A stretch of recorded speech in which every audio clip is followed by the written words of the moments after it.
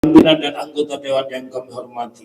Sehubungan dengan penyusunan APBD Kota Probolinggo tahun anggaran 2026, bahwa rancangan peraturan daerah tentang APBD yang diajukan merupakan perwujudan dari rencana kerja pemerintah daerah tahun 2026 yang dijabarkan ke dalam kebijakan umum anggaran serta prioritas dan plafon anggaran sementara yang telah disepakati antara pemerintah daerah dan DPRD pada tanggal 15 September 2025 dan terkait surat Kementerian Keuangan Republik Indonesia nomor S62-PK-2025 tanggal 23 September 2025 tentang penyampaian rancangan alokasi transfer ke daerah tahun anggaran 2026 serta surat dari Biro Perekonomian Sekretaris Daerah Pemerintah Provinsi Jawa Timur nomor 900.1.13.3/37257-021-3/2025 tanggal 17 Oktober 2025 perihal penyampaian pagu indikatif alokasi di BHJHT Kabupaten Kota tahun anggaran 2026 telah dilakukan penyesuaian, sehingga perlu adanya pembahasan untuk penyusunan terkait anggaran dan belanja daerah, anggaran pendapatan dan belanja daerah Kota Probolinggo. Tujuan dari penyusunan nota keuangan untuk memberikan gambaran secara umum tentang anggaran sementara APBD tahun anggaran 2026 yang akan menjadi landasan penetapan kegiatan beserta alokasi dana yang dibutuhkan selama tahun 2026. Saudara pimpinan, anggota Dewan, dan hadirin yang kami hormati, pendapatan daerah adalah semua penambahan nilai kekayaan bersih dalam periode anggaran yang bersumber dari PAD dan pendapatan transfer lain-lain daerah yang sah. Namun, terdapat beberapa perubahan yang telah dijelaskan pada nota keuangan wali kota pada Raperda APBD mengalami beberapa penurunan di satu sisi dan kenaikan di sisi lain. Adapun beberapa masalah yang terjadi sebagaimana tercantum pada nota keuangan pemerintah Kota Probolinggo adalah dikarenakan pertama, kepatuhan dan kesadaran wajib pajak daerah dan retribusi daerah yang relatif rendah. Meskipun pemerintah telah meningkatkan frekuensi sosialisasi dan pemberitahuan secara berkelanjutan kepada masyarakat Kota Probolinggo, namun itu belum nampak hasil yang menggembirakan. Perlu upaya yang lebih kreatif dan efektif dengan penguatan database wajib pajak dan wajib retribusi pajak, lalu mengklasifikasi data tersebut dalam kelompok-kelompok tertentu disesuaikan dengan bidang usaha yang dijalankan.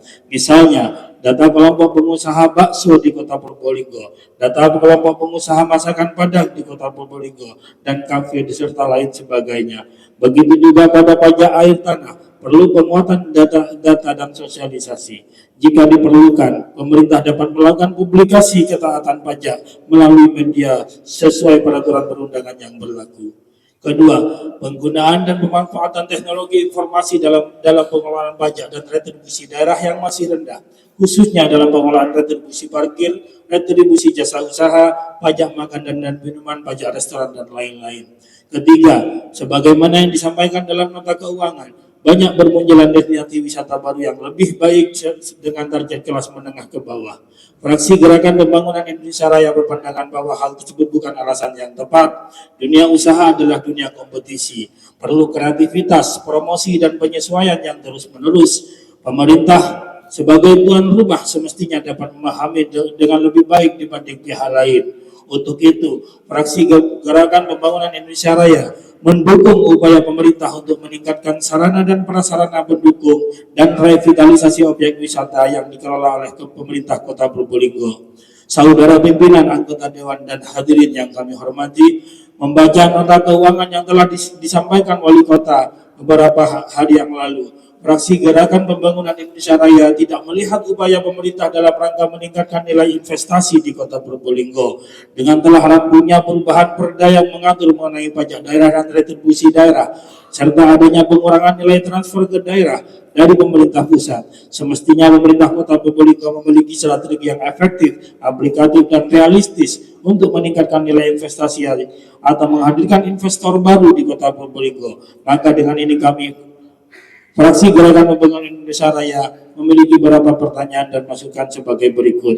1. Apa upaya pemerintah untuk meningkatkan nilai investasi dan menghadirkan investor baru di Kota Probolinggo? 2. Bagaimana strategi pemerintah dalam melakukan intensifikasi dan ekstensifikasi terhadap pendapatan asli daerah sebagai upaya mengurangi ketergantungan fiskal pada pemerintah pusat. Ketiga, dengan alokasi anggaran rupiah sebesar rupiah 3 miliar 411 juta 196.096 di Badan Penanggulangan Bencana Daerah, bagaimana strategi pemerintah dalam antisipasi risiko bencana dalam penyusunan anggaran pendapatan dan belanja daerah yang tersusun dalam program dan kegiatan di seluruh Satker. 4. Bagaimana upaya pemerintah dalam menghadapi faktor permasalahan utama yang terus menerus berulang setiap tahunnya, yaitu rendahnya kepatuhan dan kesadaran wajib pajak dan retribusi. 5. Dalam plafon anggaran belanja daerah yang dialokasikan untuk Dinas Pendidikan Kota Probolinggo tercantum sebesar rupiah 203 miliar 586 juta 715.922 rupiah.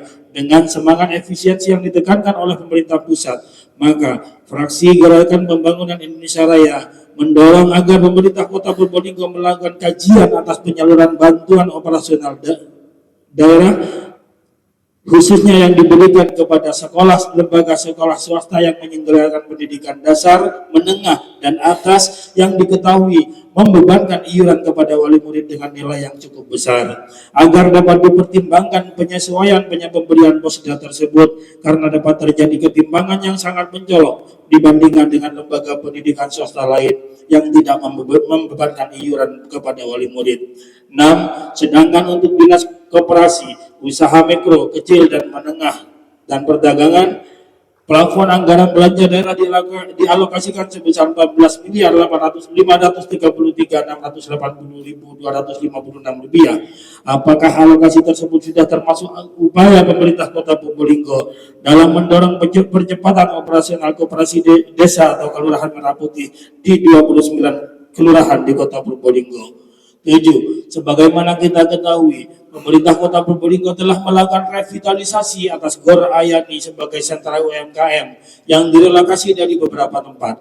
Namun demikian, revitalisasi tersebut harus didukung dengan anggaran untuk penyelenggaraan event atau kegiatan penunjang agar destinasi tersebut terus eksis. Lalu, apa saja upaya pemerintah untuk mendukung keberlangsungan wisata olahraga dan kuliner di Gor Ayani tersebut? 8. Terkait belanja infrastruktur yang diterapkan minimal sebesar 40% secara bertahap sampai dengan tahun 2027. Lalu, apa rencana pemerintah dalam rencana kerja yang didukung APBD tahun 2026? Sedangkan diketahui di jalan-jalan gang pemukiman warga masih banyak yang bisa memerlukan lebih banyak perhatian. 9. Apa saja upaya pemerintah untuk menerapkan anjuran pemerintah pusat mengenai nilai belanja pegawai maksimal 30% dari APBD pada tahun 2027. Saudara pimpinan, anggota Dewan dan hadirin yang kami hormati, demikian pandangan umum fraksi Gerakan Pembangunan Indonesia Raya. Kami sampaikan dengan harapan semoga menjadi bahan pertimbangan konstruktif dalam pembahasan raperda ini lebih lanjut. Wallahul muwaffiq ila aqwamit thoriq. Wassalamualaikum warahmatullahi wabarakatuh.